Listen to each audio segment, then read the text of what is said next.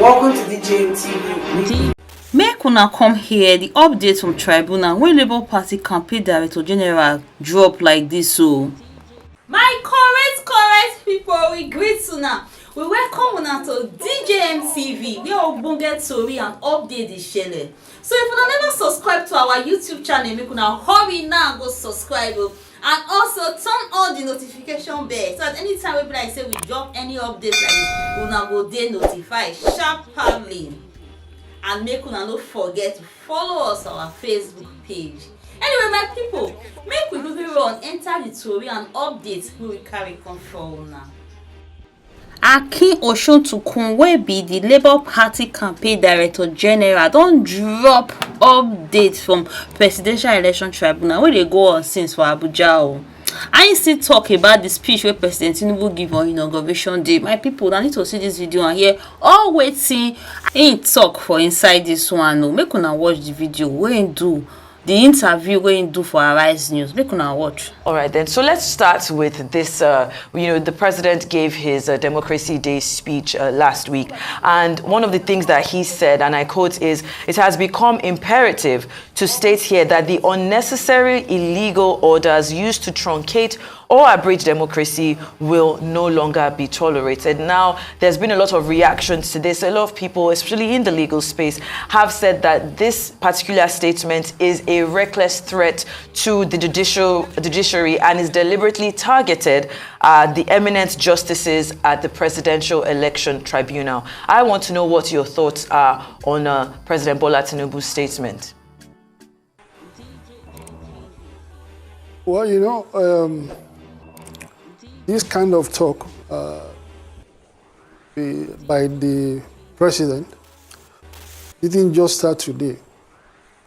Before the election, when he was going to Chatham House in England, he told people who were having lunch with him in open mind that elections are not won a la carte. You snatch it, grab it, you do that. So look, on that circumstantial evidence alone, he has imputed, fraud to his own aspiration. So that kind of person who had said that, it is counterintuitive. I will be unrealistic to believe that that person will not make an effort, to want to rig the election. The same thing happened when, in the course of the currency redesign, which he has, regardless of its, negative impact, he did, post a challenge for those who want to use money to manipulate the election. And he said so clearly, he assumed that guilt. He said the currency design was targeted at him. So what will you need money to do? In what respect is it targeted at you? Nigerians felt the impact of what was going on. But if you are now appropriating it, that it is targeted at you, it's an implication of what you intend to do, to influence the election. So coming from me, it's not, people can be conventional, right? They call it Freudian slip, whereby you. See, look, there's something ironical that is going about. People say, look, the fact that all the three candidates scored 1 in 12 states, was the Labour 11 and Abuja, is an evidence that the election was competitive. But what if in reality the election was not competitive? That reality, so you see, it's working to the answer, right? That after all, you are evenly, the thing is evenly split, but in reality, what if the election was not competitive? And, logically, the background against which the election was held was a situation in which the APC government, had totally failed the art of governance in governing this country. It's counterintuitive that to believe that Nigerian voters will go to the polling booths and go and vote in the same people. Now, there was something I did, prior to the election. I talked with my friends. I deliberately went to, sample opinions. That, look, almost people, families in which you have young people, the younger generation, including, maybe the father and the mother, they have 4 or 5 children who have age to vote. I deliberately went out to ask before the election that, look, the young people, I will ask them, who do you intend to vote for? And believe me, there was nowhere that I got a different answer from saying that they were going to vote for Labour Party. When the results were released, people were saying that, I said, look, call any young person that you know on that day of the election, anybody, any young person, that who did you vote for? That the likelihood, the probability is that, and the 90% probability that the answers you will get, right, is likely to be that they voted for Peter Obi. So against that background, look, in Lagos, I was living in Lagos for quite a while. So if there are 4 or 5, 6 people in a family, let us assume that only the parents, the father and the mother, they will vote for any other party. You now have 4 children or 4 other members of the family saying they will vote for Peter Obi. As I said, I'm not guessing, right? This is what I did. So, look, you are talking about the tribunal. There are some things that the circumstantial evidence, which I was speaking to. I was not merely saying that about demographic distribution of voters. I did make the point that the presidential candidate of APC at that time, who is the president now, said in London, everybody listen to it, if you want us to win this election, snatch it, grab it. So what do you expect from?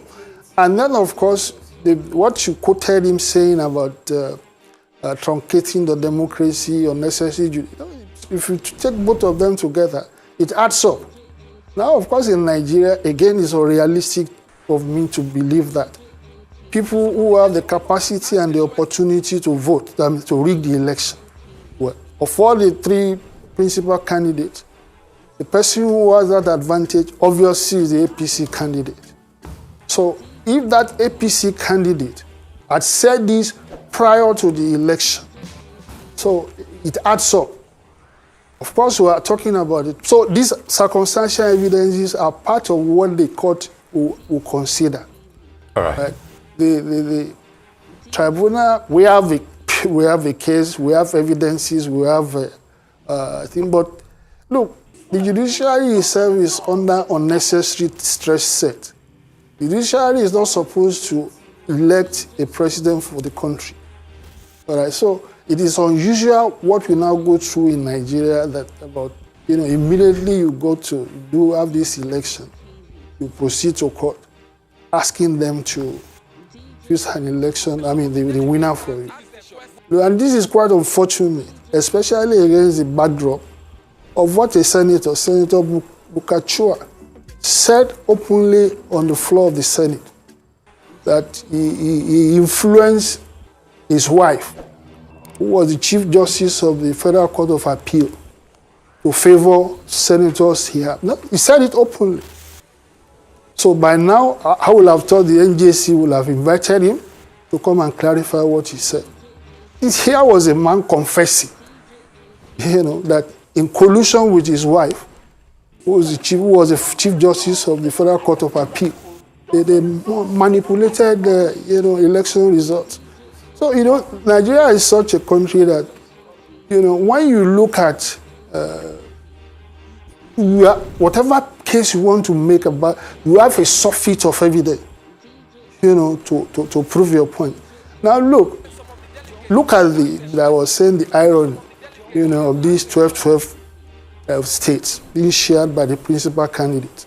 It is almost a statistical impossibility for you to have 3 candidates scoring exactly in the 12 across the country. There must have been an intervention of human agency. The probability of that happening is so low that, but you know, as I said, they're working to they will tell you that this is an evidence that there was no fraud in the election. So it serves that purpose. You know, people, they are using a dishonest, evidence to argue that this should not have been the case. You know, so look at Abia State, for instance.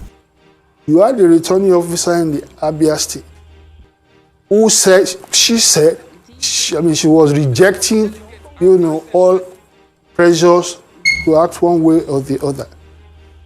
The same thing, couple that with what happened in Adamawa, where the returning officer announced arbitrarily. Okay, so if that is happening in the process, if this is what you know, these are evidences that these are public issues. Now, you draw your inference from that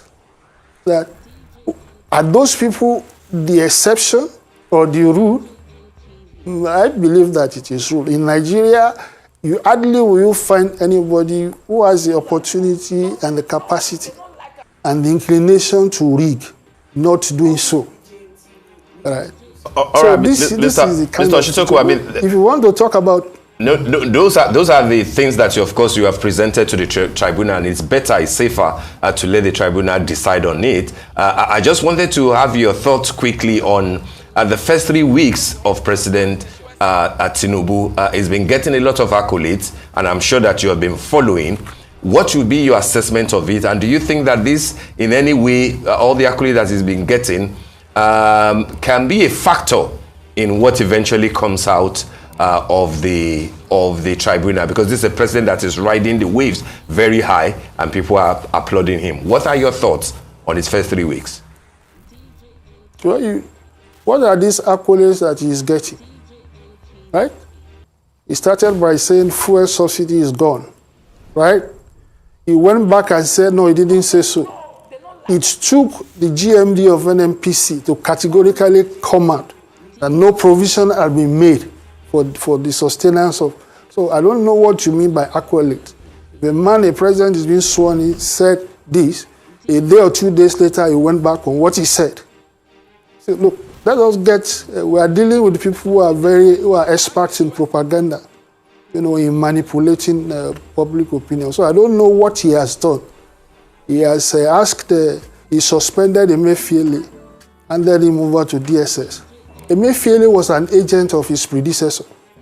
There was nothing that Emefiele could have done on his own, autonomous of the president who appointed him. The same thing with Bauer, the chairman of the EFCC. Look, as I said, look, you are dealing with Nigerians can be gotten easily. Nigerians can be cheap, in getting excited over nothing.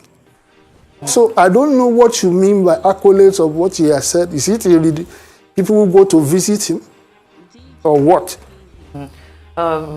Hey, my people, not be small thing though. This man dey calm, but what did they come out from your mouth and carry not be small. Anyway, my friend, the updates will carry comfort like this with this. Make una drop na comment and answer na reason and make una not forget to like and share. Una do well. See you in our next video. DJ